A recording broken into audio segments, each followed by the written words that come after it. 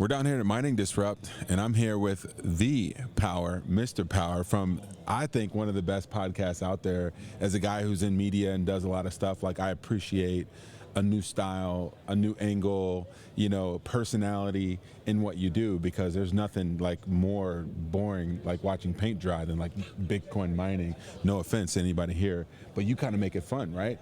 You and your co-partner, right? Like, you guys spice it up. Yeah, it all happened as a by chance. I mean, end of COVID. I retired 9 years ago, so I retired at 50. I'm 60 next year, so I'm not a young person anymore. And I invested in this stock during COVID, a company called Marathon Digital. Most of you would have heard of it. Yep. It was a couple of dollars a share, and within a month of me buying it, it had like gone to $10, $11. Yeah. And I didn't know what I was buying, and I went back and studied the company and thought, what is this Bitcoin mining? I'd heard of Bitcoin, wasn't sure about Bitcoin mining, so I did some research on it. I am an accountant by qualification, so I understand numbers. And I started to realize there was some benefits in having a company like this, looking at the structure of the company. Then I realized there was a company in the UK called Argo Blockchain, and I started looking at them and realized there was more companies. So on Twitter, about literally nearly 5 years ago, I started writing some of my analysis, tables. I like doing numbers and tables. That was my forte. So I started putting some tables and comparing the miners from an operational and a financial perspective. And people loved it. People were seeing it, they loved it. I then started to get invited on podcasts to speak about miners, and I wasn't like an expert. I was just sort of like just doing the work at home. I was, you know, probably spending 7 or 8 hours a day, most days of the week, doing this stuff, getting it put out there. And because they liked it, it made me do more. Yeah. And so the long and short of it is, I got to know a lot of the public mining boards, because they were watching my data and they were appreciative of that I was doing something in the space. And even through that bear cycle of 2022, when people left the space, I just carried on. I just carried on and still did the data. And again, the followers started increasing. And about 18 months ago, I said to myself, look, I've been doing 40, 50, 60 hours a week of doing this. I need to start looking at how I can sort of like create something and bring a team to support me to do it. And I reached out to Bryce McNally, who was doing podcasting, and he's a great podcaster. He really is, and he had a great platform. For me to start on my own with zero, it takes a long time to grow a YouTube platform. Oh yeah, for sure. I was going in there with the benefit of having a number of followers from his point of view, but since I've gone there, we've grown quite well over the last 18 months. I think we've added about 12,000 new followers, which is nice, because it's a short space of time. We do a lot of podcasts. I mean, you'll appreciate. Oh yeah, 100%. We're probably on the channel maybe 4 or 5 times every week, yeah. And I don't think there's a channel that's done as many interviews with CEOs in the last 15 months than we have. We're probably over 80 now. Well, I listened to a podcast with the guy that you guys did. I think his name is Patrick Floor from TerraWealth, right? Absolutely. And it was it was an amazing, and because he talked a little bit about his background from, I think it was Blackstone, right? Private equity. They were buying distressed energy assets, and I think they were one of the first companies that, like what you like to do, like your tables and charts, like break it down in plain English, like, because you go to the IR, the investor relations, and it's like you look at 5 different mining companies. And they're classifying, it's the fine print, right? Oh, well, here's actually how we're accounting for Exahash. Is it our hosted Exahash? Is it our hexahash? You know, all of these little things where it's like, yeah, you look at the chart and it's up and to the right, but you've got to like dig in like a layer deeper to like actually understand what that means. Patrick is one of those CFOs who is an educator as well as a CFO, and he's a great CFO. I've had many conversations with him. I learn from his conversations. He breaks it down, and then this last 18 months, he's been breaking it down for everybody. Yeah. You know, I've seen the guy on Spaces there, and it's like, ask me anything, and it's ask me anything. Yeah. He doesn't deflect questions. He's very transparent, and retail investors appreciate that. Yeah. You know, they want transparency. If they feel there's something untoward going on with the company and they're not being totally transparent, they're not afraid to voice that opinion. No. And the trouble now is social media, everyone has an opinion, and everyone can have an opinion very, very quickly. But you know what? I'm going to say Patrick's one of the good guys out there who really probably doesn't have any angst against him. He does a great job at TerraWolf. Look at the way they've grown now, moving into the HPC space. Yeah. He's a friend of the channel. We've had him on many times. We look forward to having him on again. We had him on in January. So, dude, I enjoyed that podcast specifically, and felt like I learned a lot. We are the media now, and I love what you it's an interesting space, because when people think about, just in terms of the publicly traded companies in Bitcoin, the true Bitcoin companies, there's 3 or 4 equities out there that are non-mining equities, right? You've got MicroStrategy, you've got MetaPlanet, and you've got GameStop now. But there's, then you've got the blended, the Coinbases, the Robinhoods, but pure Bitcoin only kind of plays. Now you've got AI and, hyperscalers, but there's 19 publicly traded Bitcoin mining companies. And so that's significantly more than any other industry or space that we're in. So it's pretty cool that you guys have kind of carved this niche. Yeah. And really break it down, and I'm really interested to learn, when you're looking at certain companies, and you're looking at what makes certain companies potentially more valuable or others. What are some of the factors that go beyond exahash? Is it geographical advantage? Is it contractual advantage? What are some of those things that are really key for the dumb guys like me, like CTE, football? What do we need to know? So there are a number of things, and I always say to investors when they're starting to do their due diligence, you'll see miners quote certain metrics. Now, I look at about 15, 16 public miners, so there's a lot of due diligence, all the big ones as well. Yeah. If I was to raise a case for each mining company, I could produce a valid metric for every company that showcases that company against the rest of them. Yeah. What you need to do is you need to look at a lot more than one metric. Yeah. Now, the most important thing for a Bitcoin miner is the price of energy. Yeah. It really is. I mean, if you can get energy at, literally next to zero cost, then that makes you able to mine potentially, and I say potentially because we'll come on that in a second, profitably. Yeah. If you can't get the cheapest energy, the next thing that you can probably have more control over, because you don't really have control over energy prices unless you have what they call a PPA agreement and a fixed price agreement in place. Yeah. Most miners in the public sector are on market rate, so they're reliant on what the market tells them, and they'll switch on and off when it goes high. Yeah. And they have AI and software that can do that for them, automated. Curtailment that is there. Yeah. So energy is the big factor. The second factor is machine efficiency. Yeah. So if you've got the most efficient fleet in the market and your energy price isn't quite the cheapest, you should still be able to mine Bitcoin at a profit. This is just like dudes, right? You got to have dudes, right? Yeah. So Christian Pulisic, American soccer, right? Football, sorry, forgive me. He's having a great year this year in the Premier League and on that side of the world. But we show up at a World Cup. He's 5'11" white dude, and they've got what's the Van what are the defender on the Netherlands or wherever he's 6'4", and he runs like an outside line. No one's getting through him. No, yeah. So you got to have dudes, right? Yeah. So your machine is important. Yeah. When our best guys aren't playing our football, our best athletes, our best dudes. So we coming. I'm telling you, when we start getting. So those are the two things that you try to achieve: the lowest energy and the most efficient fleet.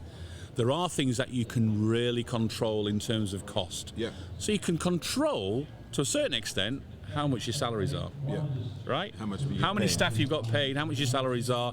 Bear in mind, the oldest Bitcoin miner out there is Hive Digital. They're about 8 years old. Wow. So this is very much a new industry. Mm-hmm. And when I see new industry, developing industry, I don't really want to see pop star wages. Yeah.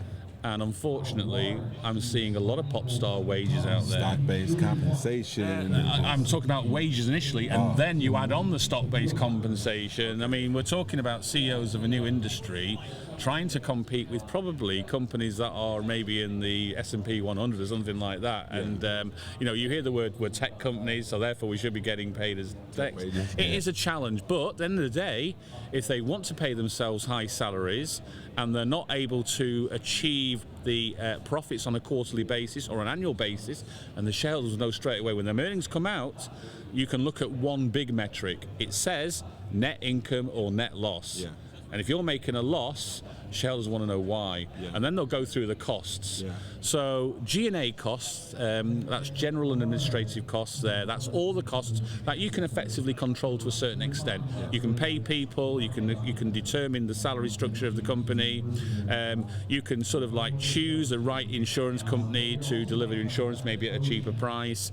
Professional fees, how much legal responsibility you need to have. Do you have in-house legal, outsourced legal? So you can sort of control that aspect. What's a competitive G&A, do you think? So I think of the mining companies at the moment, so a couple of miners spring to mind, and they're not the big names. So companies like Hive Digital really focus on G&A, keeping it. They've got some of the lowest G&A. So when I say G&A, the G&A cost per Bitcoin mined, because you have to make it as a comparator. Right. Because you have a like. Yeah. But there's also companies like DMG Blockchain. They're a small Canadian miner. Sheldon Bennett is probably like one of the OGs in the space. He's been around since the start. Yeah. He's probably built a lot of these sites that we have, like the marathons and the rights and the bit deers. He's been involved in like creating infrastructure for other miners. Yeah. He's got his own sort of like relatively small company, but they do things really well, and they do keep costs down. And if they make a loss, it's very borderline. Yeah. And if they're making a loss, everyone's making a loss. They keep the cost there. So G&A is really important. I know that Hive used that metric to sort of like say, hey, but you've got to look at can Hive get the same level of electricity costs that maybe some of the big miners, and they're not achieving that. So they have to realise on G&A we've got to really double down on that there. So those are the main costs there. Yeah. The other big costs that people don't like to talk about, and they are valid, you've mentioned one already, stock compensation. Yeah. So stock compensation is a non-cash cost. However, if I'm a shareholder in a company and you're issuing the CEO and the chairman and some of the directors, tens of millions of shares, you're diluting that company's share price, of which I hold shares in. Yeah. So let me put this simply. If I had a company with 100 shares and every share was worth $1, and I issued 100 shares to the CEO because he's done a great job, the value of the company is still $100. It hasn't changed the value, but now we've got 200 shares and the company's valued at $100. That means every share is 50 cents. Right. So my share's gone from $1 to 50 cents because you've issued the chief exec 100 shares. Yeah. I'm disappointed now. However, what you need to work out is, has the CEO, has that management team grown the company to an extent that I'm benefiting? So when over his period that he starts performing to get those shares, has that performance determined the right to have those shares? Right. And that's sort of like things that shareholders should be asking. Proof of work. Proof of work. Exactly. Absolutely. 100%. Absolutely. That's really neat. That's super interesting. And, I think one of the things that's surprising, and you're starting to figure out there are geographical advantages to certain places. That's why Oregon has been a great place to mine Bitcoin, because it's like pretty temperate, it rains a lot. But, so it's like everyone's like, oh, look, I'm living in Portland. I'm like, dude, it rains 90% of the year. But it has a geographical advantage because it stays steady Eddie in terms of how hot or cold it gets. Then you have cheap hydropower, right? In the United States, we actually don't have as much because most of that's owned by the Tennessee Valley Authority, right? And it's already kind of on grid, right? So you're going to have to get a fixed contract. Like, where are the places where you've got that wild energy, like Bob Burnett might say, like wild energy, like where? Texas, to be honest with you, at the moment. Texas is probably the most densely populated mining state, or small country, if you want to call it that, in the world. Yeah. I think something like maybe as much as 25-30% of all Bitcoin mined is mined in Texas. Wow.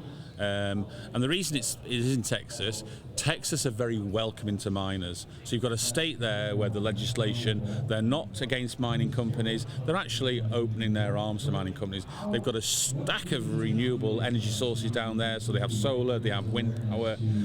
They do have, at the moment, probably more energy than they can utilize. And the great thing about Bitcoin miners is they're able to sort of like support the grid.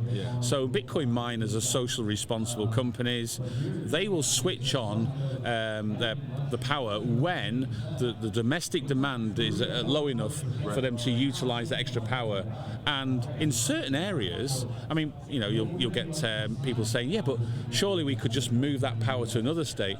By the time you start moving power from state to state, you're losing the power. When you change form factor, you have a dissipation of energy, right? Absolutely. So these companies can go in there. They're very social responsible. I mean, I've mentioned Hive before. I'm going to mention them again because, you know, Hive operate in places where they will, you know, look at the power cost, and then they're just setting up in Paraguay now. They're going to provide energy to the local school. It's a social responsible thing to do. They're not out there to get money from that. They're saying to the administration in Paraguay, yes, we're here as a Bitcoin miner. Yes, we're going to pay for the energy more than you're getting from Brazil by transferring to Brazil. We're going to give you some money. That will go back into the economy. Oh, and by the way, we notice there's some schools in the area that are having trouble getting power all the time. We're going to solve that for you. And that gives them a good relationship then with the authorities, and it makes the world go round. And things like that in Texas as well. I know that Iron are using, you know, doing a lot of things with local community at their Childress site, and other miners are doing exactly the same. I mean, actually, I'm trying to plan a tour in November to go around 5 sites in Texas and spend a day each one and find out more about what they're doing local community. But, you know, this type of news doesn't get said a lot for the miners. All we see is miners, they're out there trying to make as much money as they can. A lot of them are very social responsible and give a lot back to the community. I mean, they come to these events here, they help sponsor these events, make these events work as well, make events possible. I mean, it's a PR and a perception problem because, I mean, honestly, when you think about who is your only partner when you think about AI and the big hyperscalers, right? Everyone talks about the jobs that they bring to these communities, but I'm like, yeah, the high-paying people managing these data centers remotely live in California, right? They're not like the people that are working the grounds. They bring some jobs, but not as many as they talk about to your local utility. And it's honestly, when that AI ChatGPT, you ask it a question, it needs to respond. And so it's always on power that's draining. And so you need a partner to have some balance. And so like it's the Bitcoin miners are partners to these utilities, to these rural communities that aren't being discussed enough, and hopefully they get the message before it's too late, because the AI drain on, you know, on the grids, on the substations, you have to upgrade everything just to make it possible. And so how are you going to pay for that? You're going to tax your... Some of these wind farms in the US are producing power that they're not even able to use. Correct. So, you know, you've got small companies, an example of that would be Soluna Holdings. The market capitalization is probably less than 20 million. What they do is they go and speak with the energy provider, and they then sort of like say, you know, what sort of power have you got that we could utilize if we were to create a project whereby we'll start paying you for the power, you get paid for delivering that power that you can't use. And Soluna being a small company, they don't always have sufficient capital to do it on their own. So they go out and they create this project on paper, and they go out and find a partner to partner with that project and deliver it. So that's how a small miner is able to start growing on the ladder towards getting to be a bigger miner, because at the moment I look at the sort of like the 30 public miners out there. I think in the next few years, you know, you might see just maybe 7 or 8 of those actually making it, and the rest of them are going to have to think of a different strategy.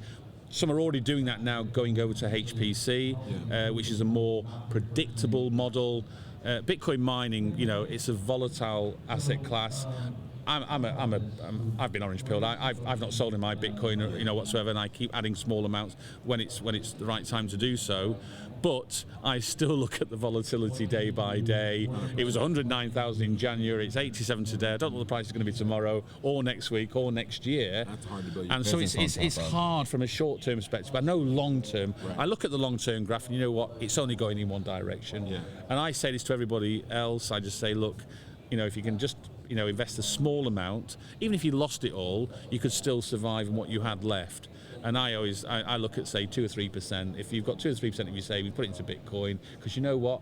It might be worth more than the 97% that you didn't put in Bitcoin at some point, and you've done a good investment. If it goes to zero and I'm wrong, I apologize. But you know what? You're taking a sort of like a reasonable gamble on the fact that you look at the type of people who are investing in Bitcoin now, they're far more intelligent than the likes of me or you on the ground. Do you know what I'm saying? I believe that wholeheartedly. Look, if Saylor's in it and he's smarter than me. He is smarter than me. He's on the next level. Man, thank you so much, man. I literally learned a ton from your show. Awesome. I really enjoy it every time I turn it on. Like, I have a laugh, a chuckle, a good time. So I really appreciate that. Thank you so much for having me. Man, thanks, Tony. Take care. All right, man. Cheers. Need liquidity without having to sell your Bitcoin? For more than 6 years now, Ledn has been the trusted choice for Bitcoin-backed lending with transparency, security, and trust at their core. I absolutely love these guys, and I personally have not only an account with them, but also a loan. And some of the key features that I love about Ledn is the fact that there are no monthly payments. You pay at the end of the term. You also have the ability to roll over the loan as well, and you can pay it back whenever you want. Essentially, what they do is that they help their clients unlock the liquidity of their BTC, allowing you to HODL while still accessing the wealth of your Bitcoin. They've been battle tested with their focus on transparency, security, and trust, allowing them to build a proven track record of client success and security, helping tens of thousands of clients harness the value of their digital assets with confidence and peace of mind. Learn more about what your BTC can do for you. Check out ledn.io today.